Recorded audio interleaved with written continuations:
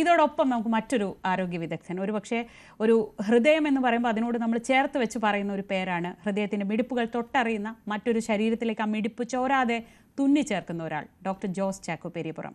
32 ഹൃദയമാറ്റ ശസ്ത്രക്രിയകളും 25,000-ലധികം ഹൃദയ ശസ്ത്രക്രിയകളും ചെയ്തിട്ടുള്ള ജോസ് ചാക്കോ പെരിയപുറം ന്യൂസ് 18നോട് സംസാരിക്കുന്നുണ്ട്. അനവധി പേരുടെ നിലയ്ക്കാത്ത ഹൃദയമിടിപ്പിൻ്റെ കഥകൾ അദ്ദേഹം പറയുന്നുണ്ട്. അതുകൂടി കേട്ടിട്ട് നമുക്ക് മടങ്ങി വരാം. വിശ്രമമില്ലാത്ത 48 മണിക്കൂറുകൾ, അതിനിടയിൽ 2 ഹൃദയമാറ്റ ശസ്ത്രക്രിയകൾ. നമ്മളോട് ഒരുപാട് പറയാനുണ്ടാകും അതിൻ്റെ ആകുലതകളെപ്പറ്റിയും ആ നിമിഷത്തെപ്പറ്റിയും ഒക്കെ ഡോക്ടർ ജോസ് ചാക്കോ പെരിയപുറത്തിന്. 48 മണിക്കൂർ എന്ന് പറയുന്ന ഒരു ചെറിയ സമയമായിട്ട് തോന്നിയോ? ആക്ച്വലി അത് 48 36 മണിക്കൂറിനിടയ്ക്കാണ് നടന്നത്. 2 ദിവസമായതുകൊണ്ട് നമ്മൾ 48 എന്ന് പറഞ്ഞെന്ന് മാത്രമേ ഉള്ളൂ. പക്ഷെ പലപ്പോഴും നമ്മൾ ഈ ഹൃദയം ദാനം ചെയ്യുന്നത്, അല്ലെങ്കിൽ അവയവം ദാനം ചെയ്യുന്നതും അവയവം മാറ്റിവെക്കപ്പെടുന്നതുമെല്ലാം വളരെ ആകസ്മികമായിട്ടും അപ്രതീക്ഷിതമായിട്ടൊക്കെ ആയിരിക്കും സംഭവിക്കുന്നത്. അപ്പോൾ ആ സാഹചര്യത്തിൽ ഡോക്ടർമാർക്കോ അല്ലെങ്കിൽ ഈ ട്രാൻസ്പ്ലാന്റ് ചെയ്യുന്ന ടീം അംഗങ്ങൾക്കോ സമയം തീരുമാനിക്കാനാവില്ല.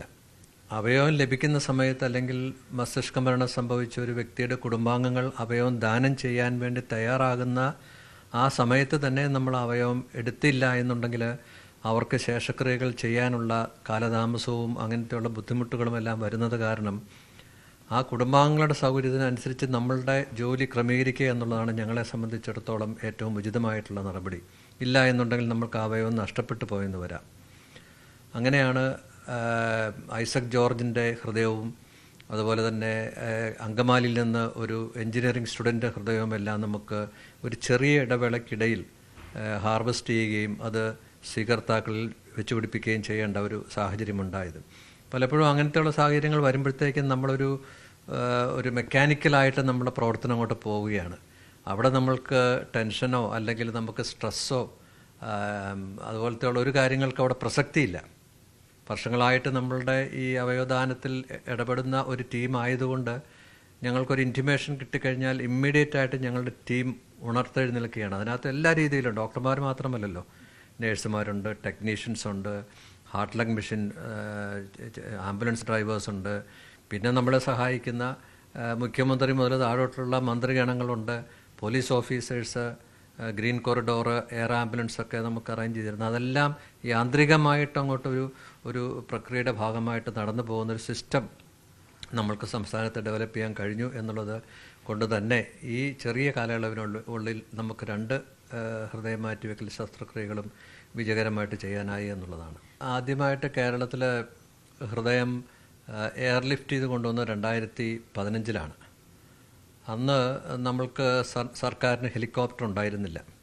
അന്ന് ഞങ്ങൾ ആശ്രയിച്ചത് ഇന്ത്യൻ നേവിയുടെ ഹെലികോപ്റ്ററിനെയാണ്. ആ സമയത്ത് അവരുടെ ഹെലികോപ്റ്റർ സർവീസിങ്ങിലായത് കാരണം അവർ നമ്മൾക്ക് ഡോർണിയർ എന്ന് പറയുന്നൊരു എയർക്രാഫ്റ്റാണ് തന്നത്. വളരെയധികം ഫോർമാലിറ്റീസ് ഒന്നും ഉണ്ടായിരുന്നു. ഏകദേശം 24 മണിക്കൂർ നേരത്തെ ശ്രമം കൊണ്ടാണ് സെൻട്രൽ ഏവിയേഷൻ മിനിസ്ട്രിയുടെ പെർമിഷൻ എല്ലാം എടുത്തിട്ട് വേണം നേവിയുടെ എയർക്രാഫ്റ്റ് അവർക്ക് വിട്ടുതരാനായിട്ട്. മാത്രമല്ല അവരൊരിക്കലും ഇതിനു മുമ്പൊരു അവയവം ദാനം ചെയ്യാൻ അല്ലെങ്കിൽ അവയവം ട്രാൻസ്പോർട്ട് ചെയ്യാനായിട്ട് അത് ഉപയോഗിച്ചിട്ടില്ല. പല ദുരിത ആശ്വാസ കേന്ദ്രങ്ങളിലേക്ക് പോകുന്നു, അല്ലെങ്കിൽ ഒരു അത്യാഹിതം വരുമ്പോഴേക്കും അത് ഉപയോഗിക്കുന്നു എന്നുള്ളൊരു ഉപരിയായിട്ട് അവയവം കൊണ്ടുവരാനായിട്ട് ആദ്യമായിട്ട് ഇന്ത്യയിൽ തന്നെ എയർക്രാഫ്റ്റ് ഉപയോഗിച്ച 2015-ലാണ്. അന്ന് നമ്മുടെ മുഖ്യമന്ത്രിയായിരുന്ന ഉമ്മൻചാണ്ടി സാറ് മുതൽ പോലീസ് ഓഫീസേഴ്സും എല്ലാ വ്യക്തികളും ഇതിന് സഹകരിച്ചുകൊണ്ടാണ് അത് നടന്നത്.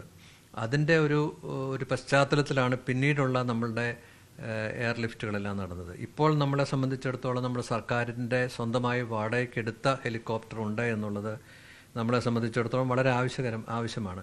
ട്രാൻസ്പ്ലാന്റുമായിട്ട് ബന്ധപ്പെട്ടിട്ടുള്ള ഏത് പ്രവർത്തനങ്ങൾക്കും ഈ ഹെലികോപ്റ്റർ സൗജന്യമായിട്ട് വിട്ടുതരാനുള്ളൊരു തീരുമാനം മന്ത്രിസഭ എടുത്തിട്ടുണ്ട്. അങ്ങനെ തീരുമാനം എടുത്തത് മാത്രമല്ല, അതിന് വളരെ സ്ട്രിക്റ്റ് ആയിട്ടുള്ള പ്രോട്ടോക്കോളും അവർ വെച്ചിട്ടുണ്ട്. ഇങ്ങനെ ഒരു ഇൻറ്റിമേഷൻ ഡോക്ടർമാരുടെ ഭാഗത്ത് നിന്ന് കിട്ടുന്നു, അല്ലെങ്കിൽ KSOTOയാണ് ഇത് കോർഡിനേറ്റ് ചെയ്യുന്നത്, നമ്മുടെ organs transplantation. Doctor Noble gracious ആണ് എൻ്റെ ചെയർമാൻ.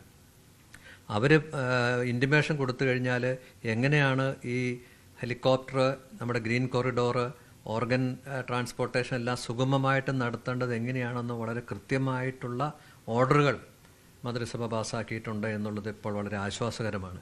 എന്നിരുന്നാലും നമ്മൾക്ക് ഒത്തിരി പരിശ്രമങ്ങളും ഒത്തിരി കോൺടാക്ട് ചെയ്തു. ഇപ്പോൾ ഞങ്ങൾ ആക്ച്വലി എയർക്രാഫ്റ്റിൻ്റെ കാര്യം പറഞ്ഞപ്പോൾ തന്നെ പി രാജീവ് ഇൻവോൾവ് ചെയ്തു, മുഖ്യമന്ത്രി ഇൻവോൾവ് ചെയ്തു. ഉടനെ തന്നെ ഞങ്ങളോട് ADGP മിസ്റ്റർ ശ്രീജിത്തിനെ വിളിക്കാൻ പറയാം. അത് ഡോക്ടർ, ഒരുപക്ഷെ കേരളത്തിന് ഏറ്റവും അഭിമാനിക്കാവുന്ന കാര്യമാണ് ഒരു ഹൃദയം, ഒരു ജീവൻ്റെ വില അറിഞ്ഞുകൊണ്ടാണ്